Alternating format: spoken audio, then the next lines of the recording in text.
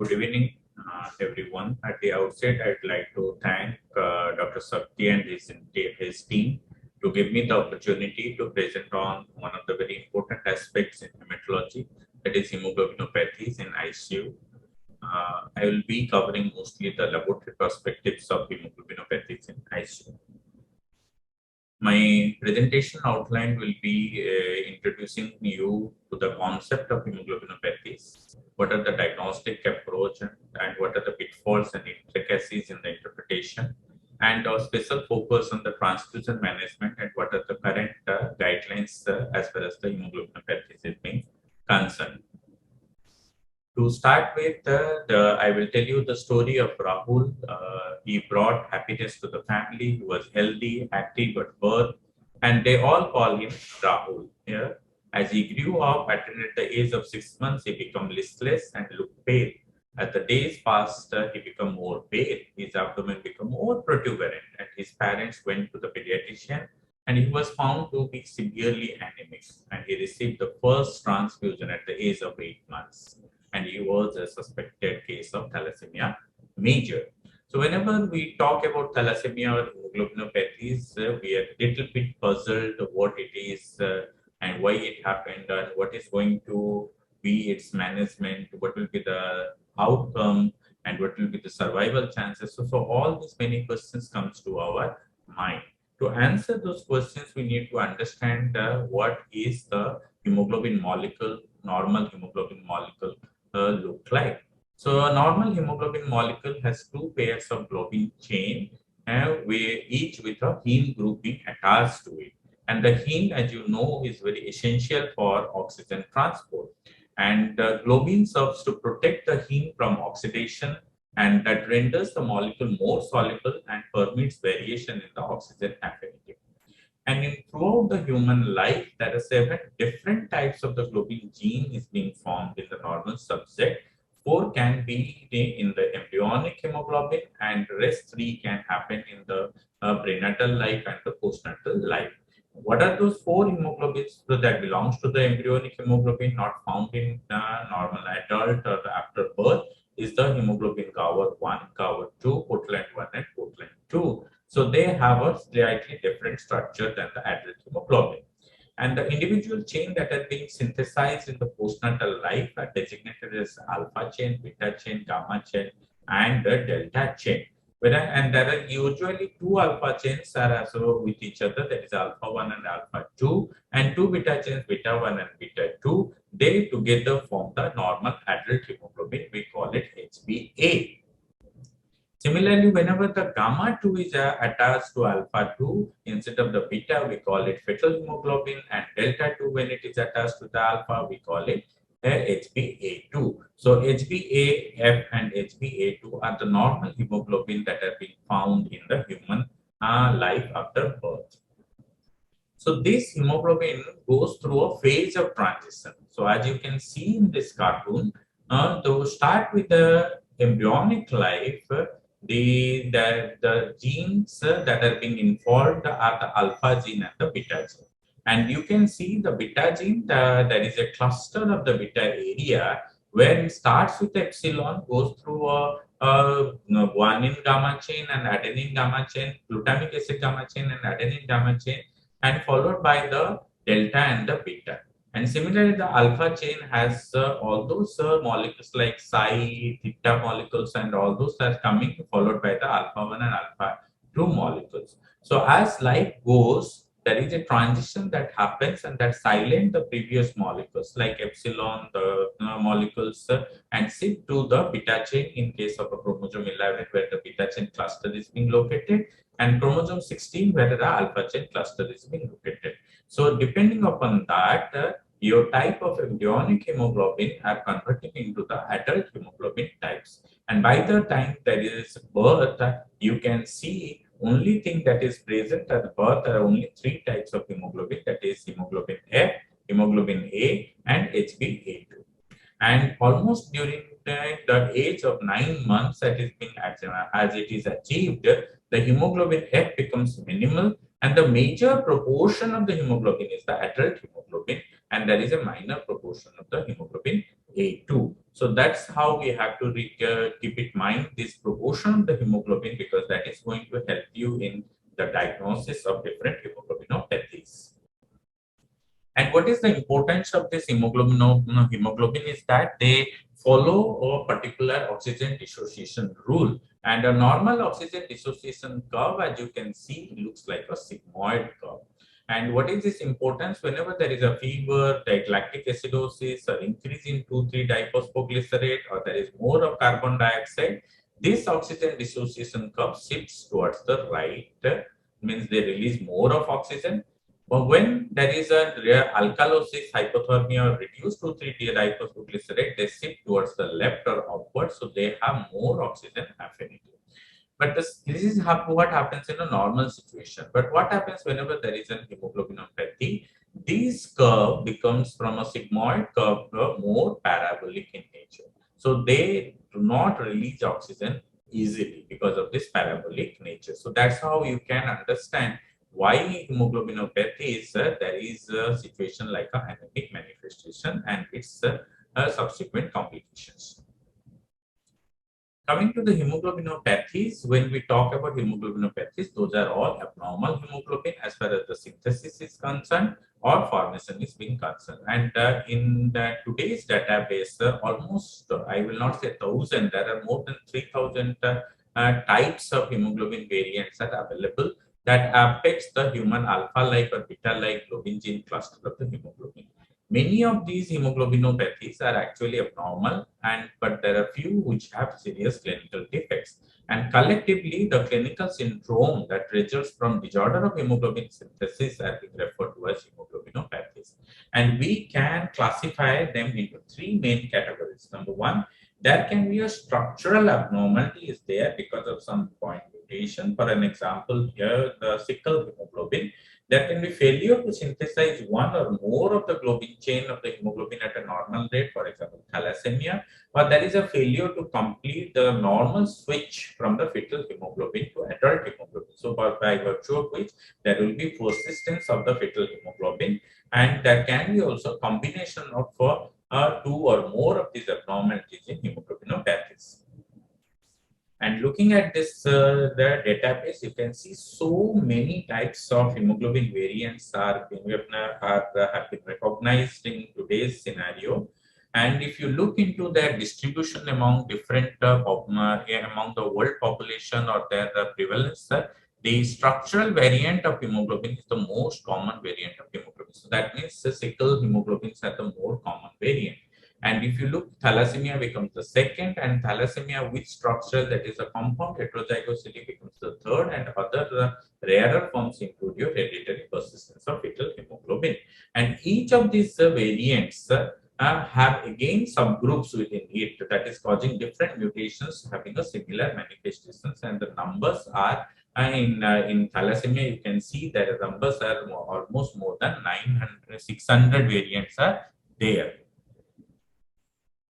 So why there is a requirement to identify this hemoglobin and quantify it? Number one, we are trying to approach, or we are trying to work up the anemia, polycythemia, in some cases the chronic hemolysis. We also look into the blood replacement whenever there is the case has been diagnosed and established hemoglobinopathy. As a part of etiological assessment for microcytosis, as part of newborn screening, prenatal screening, or follow-up newborn screening. And in case of some cases where in diabetes we are looking for HbA1c, and there are many unexplained results that comes in an HbA1c, in those cases we really look into the variant analysis to look for any hemoglobinopathies is there or not. So how do the laboratory, what are the different workups that are being done in the laboratory for hemoglobinopathies? They can be first and the foremost, or the basic is the complete blood count and a peripheral smear examination. We can do a collection of the blood and prepare the hemolyzate. This hemolyzate, the more focus is on running electrophoresis. It can be a manual gel electrophoresis, or there are automated high performance liquid chromatography platforms are available. And nowadays also automated capillary zone electrophoresis are available, by virtue of which we are doing our HP variant analysis in some. There can be immunofixations. There can be tests for sickle hemoglobin, like a sickle solubility test, or they're doing a sickling test on the wet mount preparation. Detection of unstable hemoglobin by the heat method or isopropanol method, or detection of the met hemoglobin, detection of altered affinity for hemoglobin, and there are some tests to exclude iron deficiency as a cause of microcytosis. And anytime we have any problem or a part of a prenatal diagnosis, we resort to the molecular technique. There are different molecular techniques that are available, like a reverse dot plot, like a ARMS PCR or MLPA or Sanger sequencing, or in last current scenario, you can go to NGS, so NGS is more expensive. So how do we evaluate the anemia initially? First, we have to look, is anemia associated with any other hematological abnormalities? If answer is yes, sir, then you have to look into the bone marrow for leukemia, aplastic anemia, myelodysplastic syndrome, myelofibrosis, myelocytic anemia, or megaloblastic anemia.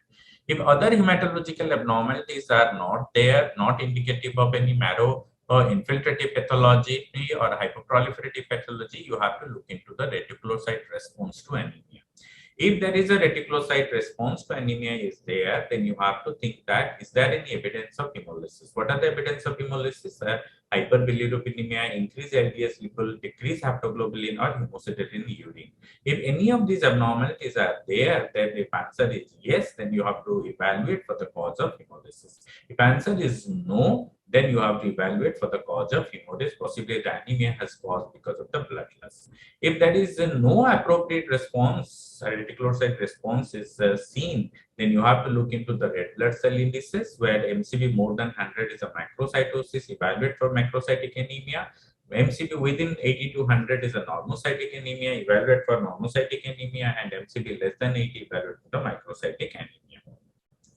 But for the foremost and important thing to remember is that a CBC with reticulocyte count at a diagnosis is the most essential and baseline investigation to evaluate for the suspected case of anemia. And we have to bring reticulocyte to our practice as a common practice on a day-to-day clinical scenarios. So what does the Raoul CBC findings were showing? His hemoglobin was 5.8, MCV was 68.8, MCH was 18 picogram, RDW was 35.3, and retic was 6.96. And that means the Raoul has microcytic hypochromic anemia with reticulocytosis. So it indicates that is the possibility of hemolysis is there. The reticulocyte again is a subject for more discussion, where we can look into the reticulocyte production index, immature retic fractions, etc., for further classifying the diseases. So what does the CBC now is telling us? CBC is telling us MCA, that is anemia is there. Whenever there is an anemia is there, you have to look into the MCB, and with MCB you have to look into retic and RDW. With the MCB low, retic is low, RDW is normal, then you can think of anemia of chronic disease. If the RDW is increased, you can think of iron deficiency anemia. This can also happen in case of a thalassemia trait or lead poisoning and chronic diseases of sideroblastic anemia. Similarly, RDW is high, you have to think of thalassemia syndrome, HBC or HBE disorder, and HBE disorder gives a lot of irregularly contracted cells. And you have to further review the peripheral smear, and further diagnostic tests include iron studies, HB electrophoresis, and lead level. Similarly, whenever MCB is normal, the approach is same, retic normal low or retic normal, RDW low or RDW high. And the causes that can see can be the anemia of chronic disease, that can be an acute hemorrhage, acute inflammation or malignancies, or that can be an immune hemolysis or membrane defect, etc. So further smear review and further downstream tests need to be done to look into normocytic normochromic anemia. Similarly, macrocytic anemia, you have to look into the vitamin B12 deficiency, the alcohol consumption, MDS, hypothyroidism, etc. And you need further tests to establish it. Looking at the peripheral smear picture, because that is the second step in our evaluation for any anemia. So the peripheral smear of the Lahul shows a lot of anisocytosis, poikilocytosis, good number of microcytic hypochromic cells, target cells, polychromacy is evident. And as you can see, there are a lot of analyses are there in the peripheral smear. So this picture is a very typical picture of a thalassemia major. So what do you mean by thalassemia, or how do we classify thalassemia? Thalassemia are a group of inherited disorder. So there can be reduced or absent synthesis of alpha chain or the beta chain. Whenever there is a alpha chain is affected, we call it alpha thalassemia. Whenever beta chain is affected, we call it beta thalassemia. Alpha thalassemia can be a alpha thalassemia silent carrier whenever there is a single alpha gene deletion happen.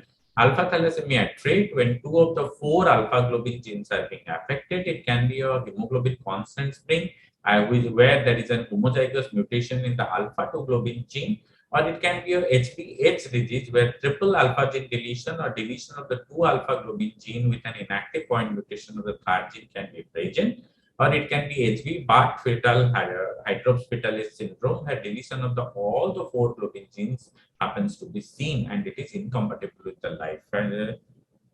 Similarly, beta thalassemia can be divided predominantly into three categories. Beta thalassemia major, which is most commonly transfusion dependent. It can be beta thalassemia intermediate, they seldom require transfusion, or it can be beta thalassemia minor, usually they do not require transfusion, and it may remain that they are not diagnosed till the death of death of the human person as a normal scenario. It can be also beta thalassemia with associated hemoglobin abnormalities like compound heterozygosity, or HBC beta thalassemia, or HBE beta thalassemia, or HBS beta thalassemia. It can be a hereditary persistence beta hemoglobin with beta thalassemia, that is again another compound heterozygous entity. It can be a autosomal dominant forms of beta thalassemia associated with other manifestations like beta thalassemia and trichothiodystrophy, or it can be a X-linked thrombocytopenia with thalassemia. So these are the various types of beta thalassemia we encounter.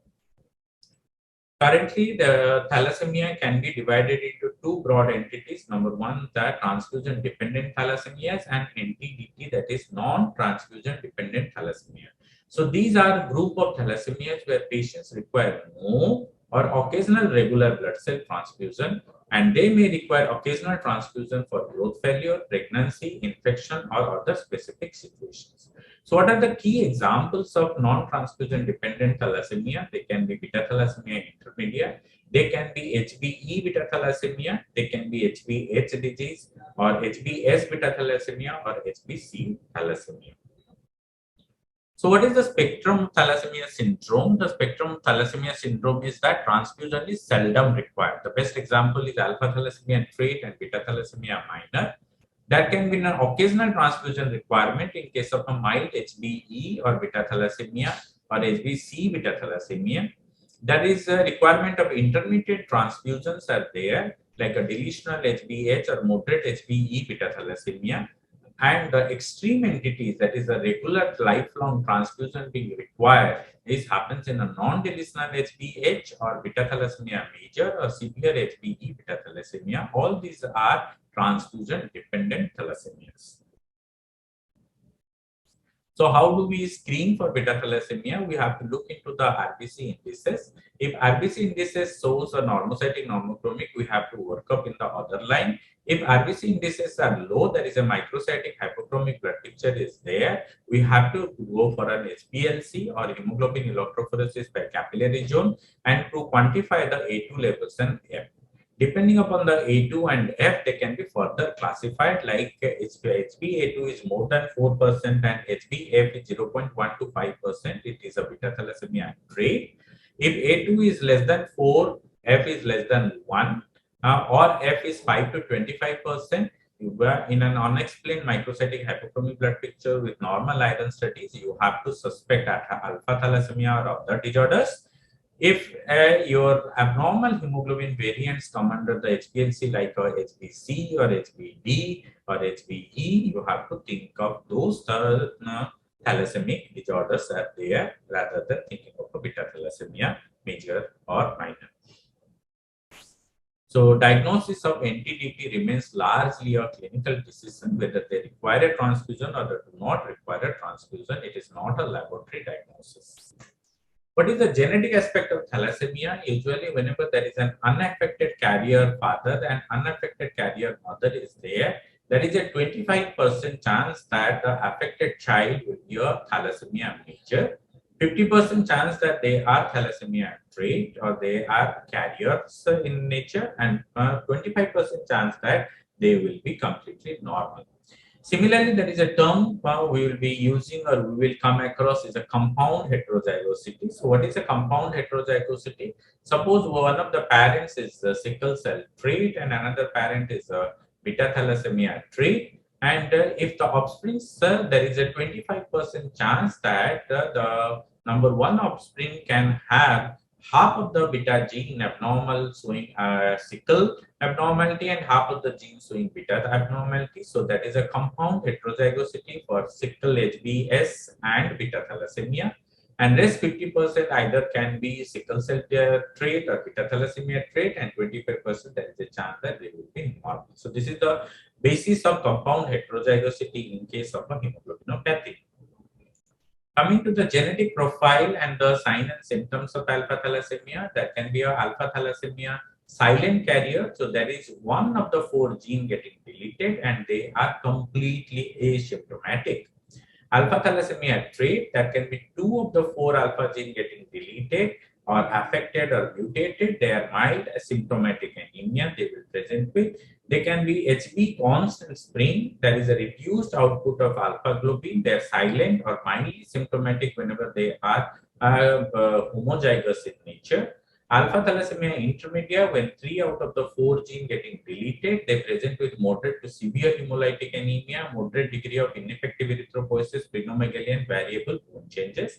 Alpha thalassemia major with significant hemoglobin part, more than 20 different mutations can result from deletion of the 4 gene, and this is incompatible with life. What is the pathophysiology of alpha thalassemia? There is a reduced level of the alpha globin chain and absence of alpha chain. We call it alpha 0, reduced is alpha plus, and there is excess of beta globin chain. So that excess of beta globin chain will form an unstable beta globin tetramer, and that will lead to hemolytic anemia because of RBC lysis with varying severity. Clinically, overall, the clinical phenotype usually is mild, may not be noticed other than when the blood count is being examined or further workup is being done. HBH is most severe non-fatal form of alpha thalassemia, where HBH have anemia of 2.6 to 13.3 with variable amount of HBH 0.8 to 40%. Splenomegaly is common, variable jaundice is there. Growth retardation in children can be seen in case of an HBS disease. And the most significant finding, or you have a simple test you can perform in laboratory, is the elicitation of HBH inclusion, as you can see in this cartoon. So there are HBH inclusion, we call it golf ball-like inclusions. Similarly, you can do a HB electrophoresis in between HPLC and automated capillary zone electrophoresis. Capillary zone electrophoresis is preferable because it gives the HBH as a separate zone and it quantified it more accurately. But in case of a HPLC, you may miss HBH if you are not aware that the retention time falls below 0.5 minutes. So whenever there is a co-inheritance of other globin chain abnormalities, the phenotype of the thalassemia may change. So what will happen whenever there is a co-inheritance of beta thalassemia, sickle cell trait, HBC trait, or HBE trait, or alpha 0 thalassemia trait, the phenotype will be alpha plus homozygosity or HBS disease-like manifestation. One has to do antenatal screening of pregnancy to note the simultaneous presence of beta thalassemia trait or alpha thalassemia trait. That should be the standard practice. Otherwise, if we fail to detect both the abnormalities, may lead to failure to predict hemoglobin barked hydrospitalis, as we know that is incompatible with life if the father is also suffering from the beta thalassemia or alpha thalassemia trait. Coming to the genetic profile of beta thalassemia, there are of 3 types: beta thalassemia trait, beta thalassemia intermedia, and beta thalassemia major. Beta thalassemia trait, when one gene is defective and they're asymptomatic in nature, they present with microcytic hypochromic blood picture and your RDW will be normal. Retic counts will be normal or low. Beta thalassemia intermedia, when 2 genes are defective, that is mild to moderate decrease in beta gene is there, synthesis will be reduced, and variable degree and severity of the symptoms of thalassemia major can be found, but they are usually not transfusion dependent. This they require the very less number of transfusion in comparison to the beta thalassemia major. Beta thalassemia major involves two genes are defective, so that there is severe decrease in beta globin synthesis. There will be abdominal swelling because of the splenomegaly, growth retardation, irritability, jaundice, pallor, skeletal abnormalities, splenomegaly, and requires lifelong blood transfusion.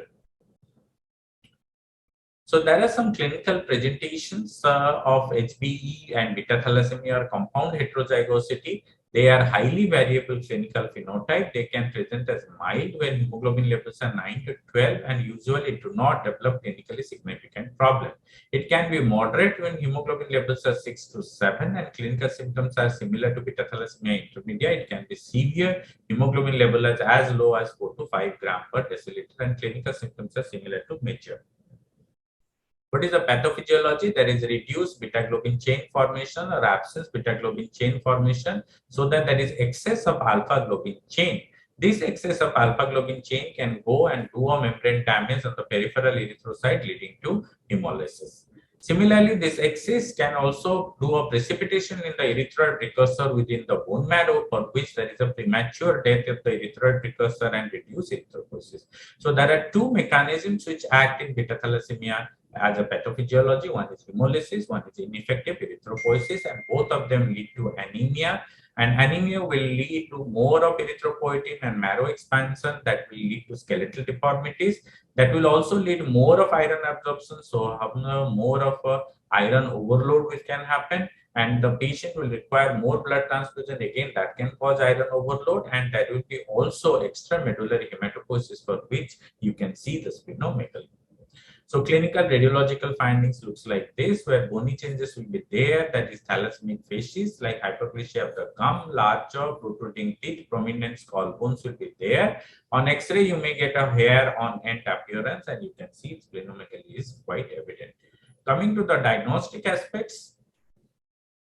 So if you look into the hemoglobin labels, the transfusion dependent, that is thalassemia major, usually the hemoglobin value is less than 5. Transfusion independent, that is the thalassemia intermediate, 7 to 10. The E and beta thalassemia, depending on mild, moderate, severe, can have a variable hemoglobin values, and HbH will have 2.6 to 13, can have even the normal hemoglobin levels. Looking at the blood smear with a low hemoglobin production, you will see that there is red cell hypochromia and microcytosis are there. That are target cells are found on the peripheral smear. Hemolysis, for which you may get irregularly crenated RBCs and increased reticulocytosis like 5 to 10% of the reticulocyte. Because of ineffective erythropoiesis, you may get nucleated RBC in the peripheral blood and basophilic stiffling. Specific feature for thalassemia major, numerous F cells will be seen on acid illusion test. F cells will be plus or minus on acid illusion on thalassemia intermedia.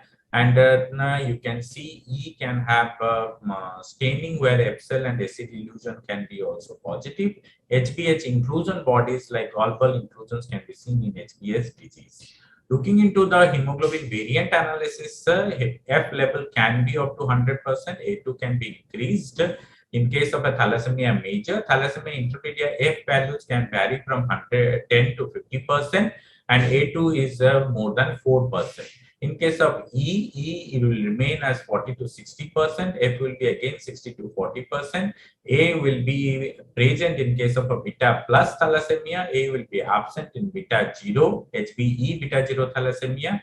And A2 will be increased in case of a hemoglobin HBE beta thalassemia.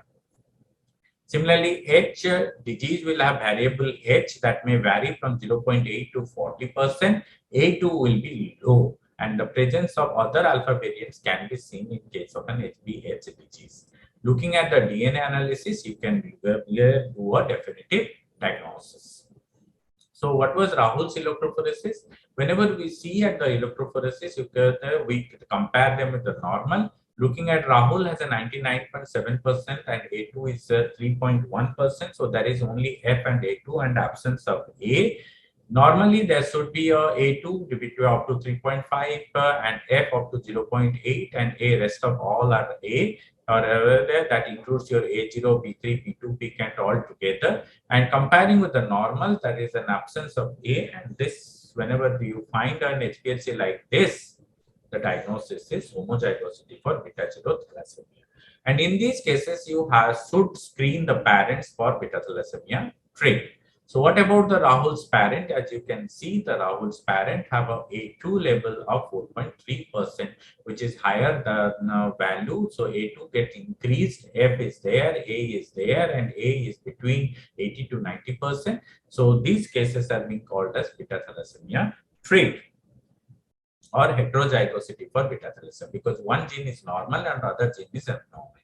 That is, an entity is there that is known as the dominant beta thalassemia. Usually the dominant beta thalassemia, as far as the capillary zone electrophoresis is being concerned or HPLC is concerned, gives a picture of a beta thalassemia trait, but clinically and peripheral blood picture that looks like a thalassemia intermedia.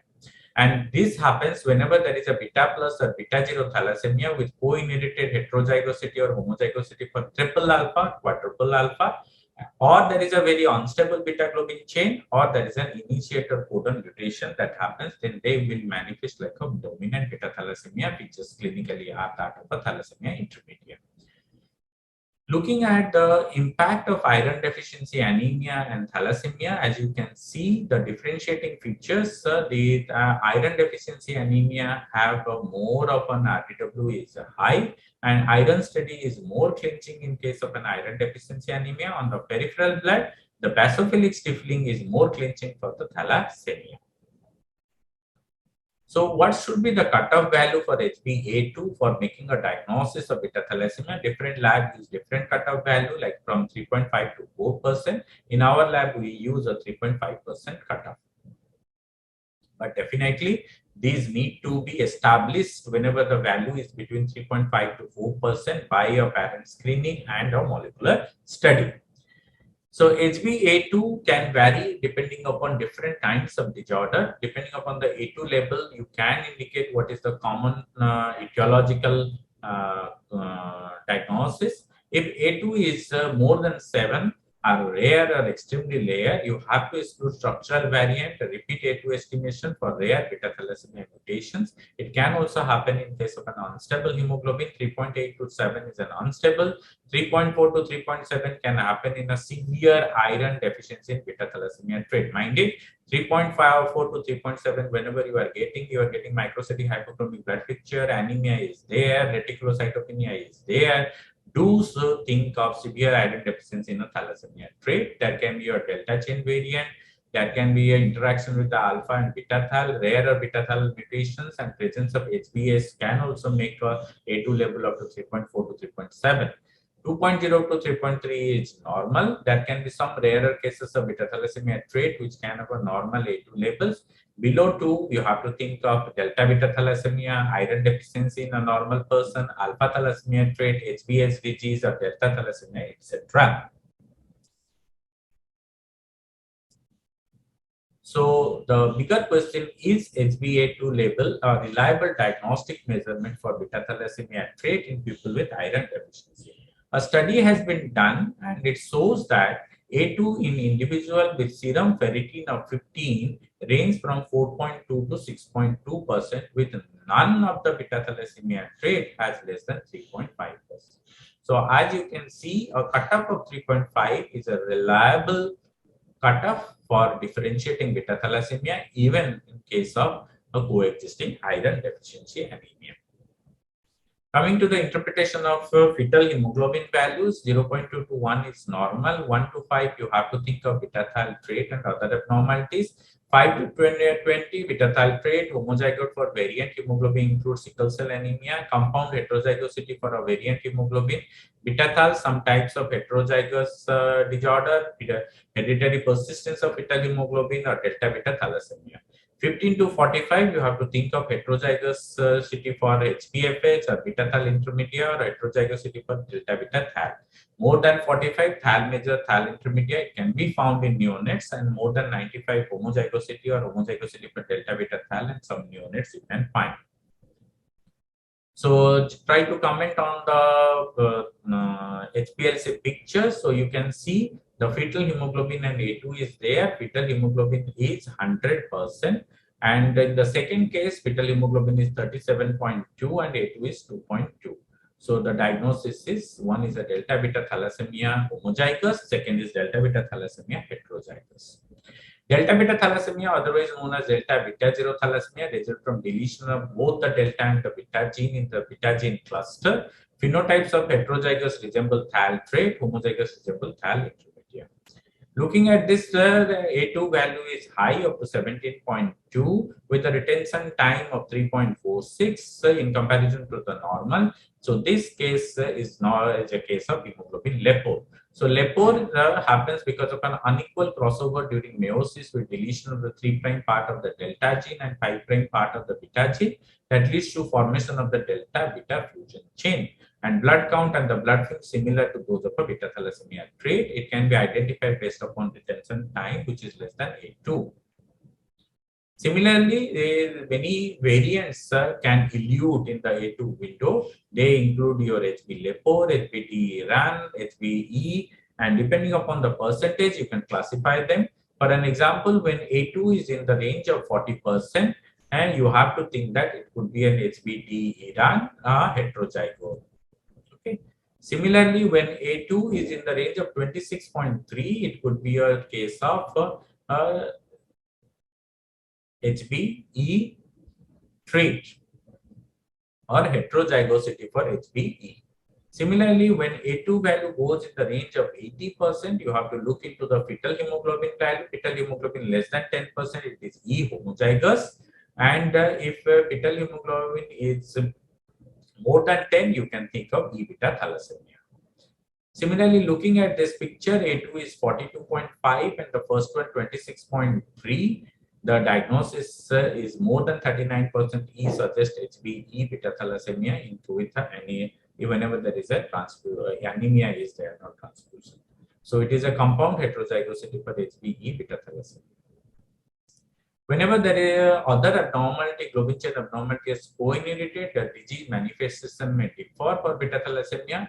Like HBH disease co-inheritance, the disease will be milder than HBH but severe than the beta thal trait. Non-deletional HBFH, if it is present, MCB, MCH will be higher, A2 somewhat is lower, and serum soluble transferrin receptor concentration will be lower. Whenever E, LEPO, B, C, or delta beta or deletional HBFH coexist with the beta thalassemia trait, they may behave like a thalassemia intermedia. Coming to our case study, 9-year-old boy presented with recurrent episode of joint pain since the age of 6 months, abdominal pain 2 months, seizure for 1 month, and there is CBC finding indicates anemia is there, mild leukocytosis, platelet counts look normal, and sickle preparation has been done, which shows positivity, and there is a normocytic normochromic blood picture.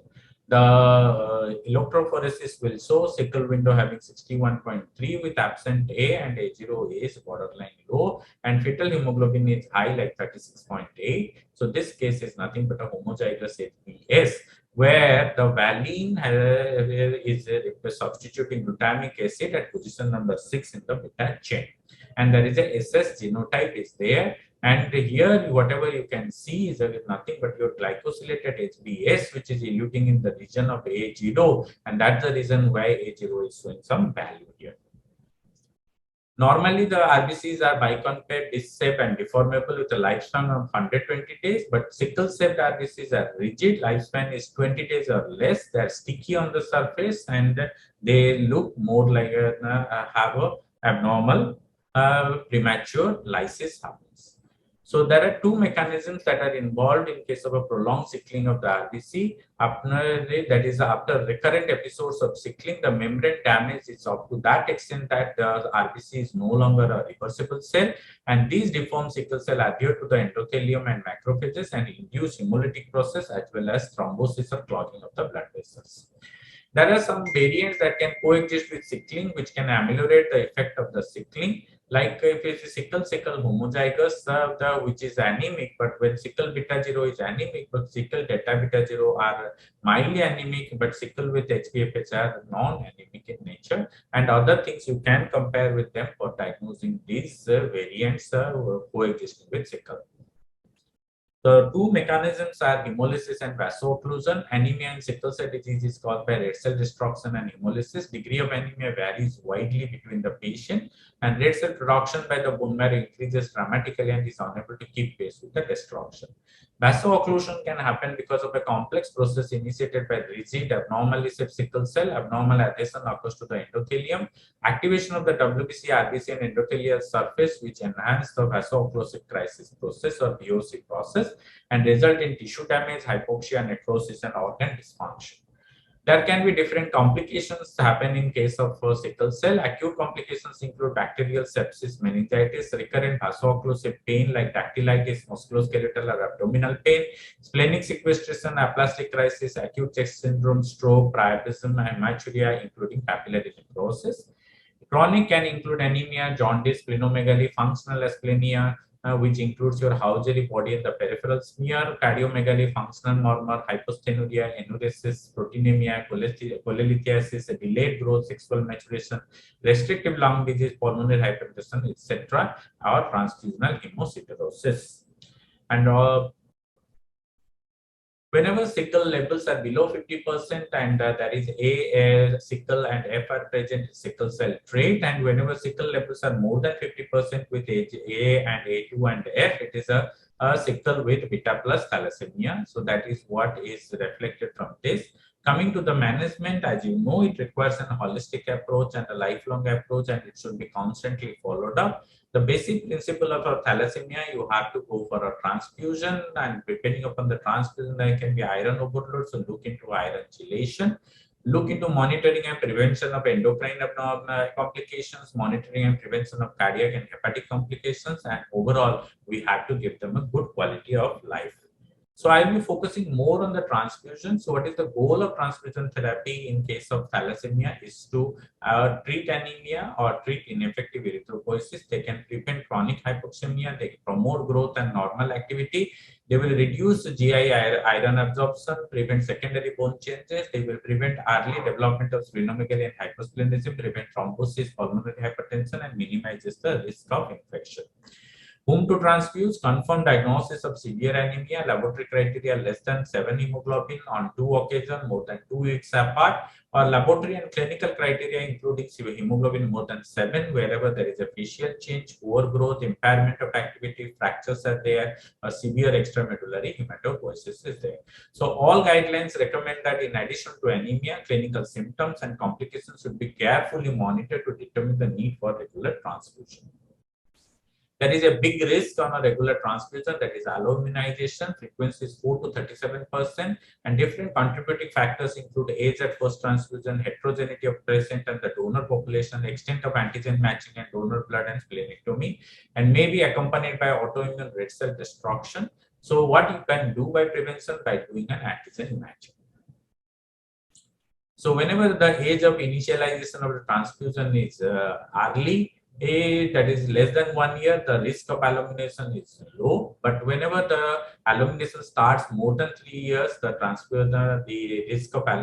transfusion starts more than 3 years, risk of alloimmunization increases.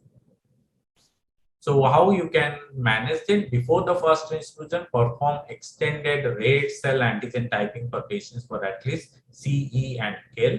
Before each transfusion, do a fully cross-match and screen for any new antibody formation. If new antibody appear, then they must be identified so that blood missing and corresponding antigen can be used.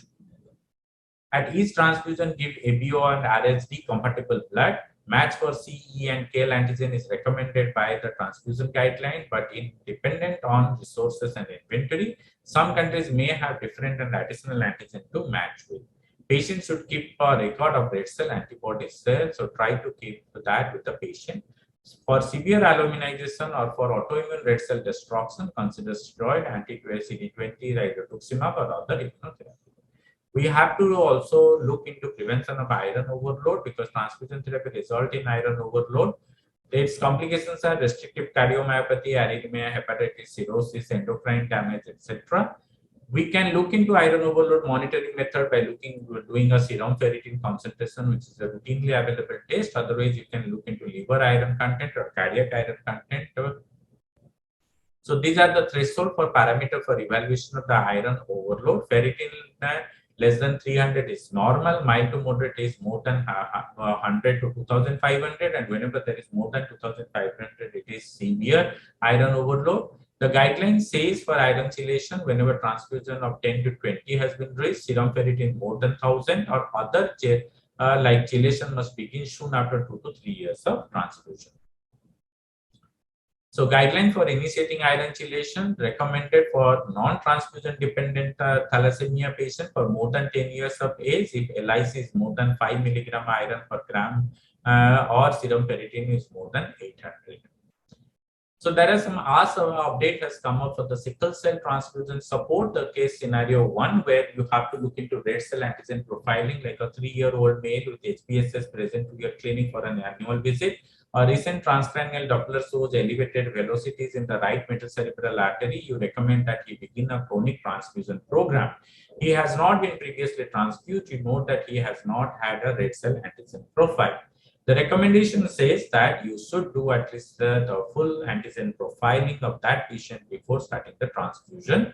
That is the prophylactic red cell antigen matching for the RH and the K antigen over only ABO and RSD matching for the patient with sickle cell before receiving any transfusion is the recommendation. Case scenario 2, where 34-year-old patient with HBS beta 0 thalassemia developed fever, dark urine, flank pain a week after transfusion for pre-operative preparation. His hemoglobin is 5.6 and there is 2 gram lower than his pre-transfusion hemoglobin. The antibody screen is positive, no antibody specificity is identified. What is the best first step of his management is steroid, IVIG or eculizumab. So the panel suggests that immunosuppressive therapy, IVIG, steroid, and rituximab or eculizumab over no immunosuppressive therapy in patients with sickle cell disease of all genotypes with a delayed hemolytic transfusion reaction or ongoing hyperhemolysis.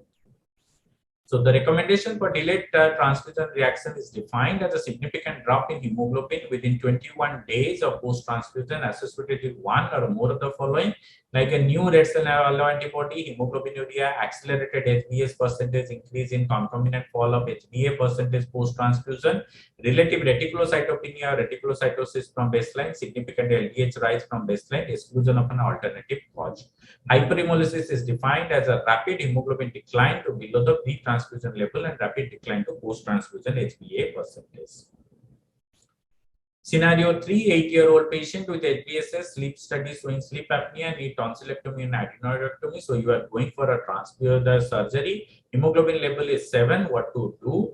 You have to maintain 1.5 times the maintenance intravenous hydration for 12 hours prior to surgery.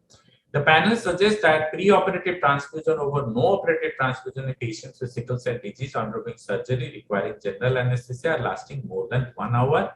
Decision making should be individualized based upon genotype, risk of surgery level, baseline total hemoglobin, complications with prior transfusion, and disease severity.